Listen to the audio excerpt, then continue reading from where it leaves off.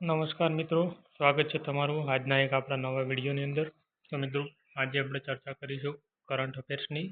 તો જે મિત્રો તમારે આવનારી તલાટી જે ડીવાયએસઓ છે જેવી એક્ઝામની અંદર બહુ ઉપયોગી છે. તેમજ આ કરંટ અફેર્સની સાથે સાથે જનરલ નોલેજ પણ મિત્રો અંદર ડિટેલની અંદર આપેલ છે. તો મિત્રો તમને વિનંતી છે કે વિડીયોને પૂરો જોશો, તેમજ ચેનલને સબસ્ક્રાઈબ કરવાનું, વિડીયોને લાઇક કરવાનું ભૂલશો નહીં. તો ચાલો મિત્રો શરૂ કરીએ કરંટ અફેર્સ. તો મિત્રો પ્રથમ પ્રશ્ન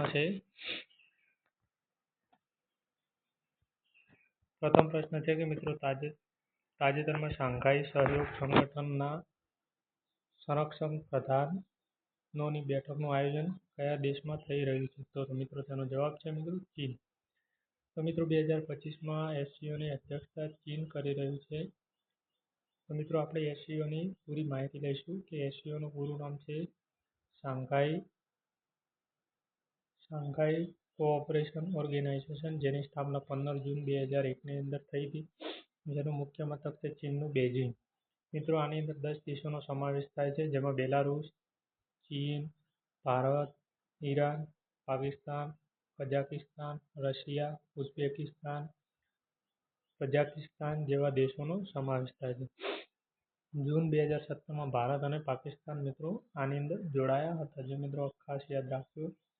ત્યારબાદ જુલાઈ 2023માં ઈરાન, 2024માં બેલારુસ જોડાયું હતું. તો એસસીઓની અંદર હાલની અંદર 10 સભ્યો છે.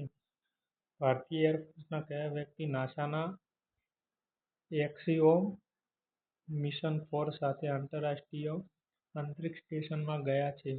તેનો જવાબ છે મિત્રો કેપ્ટન શુભાંશુ શુક્લા, જેની સાથે બીજા દેશના પણ વ્યક્તિઓ ગયા છે.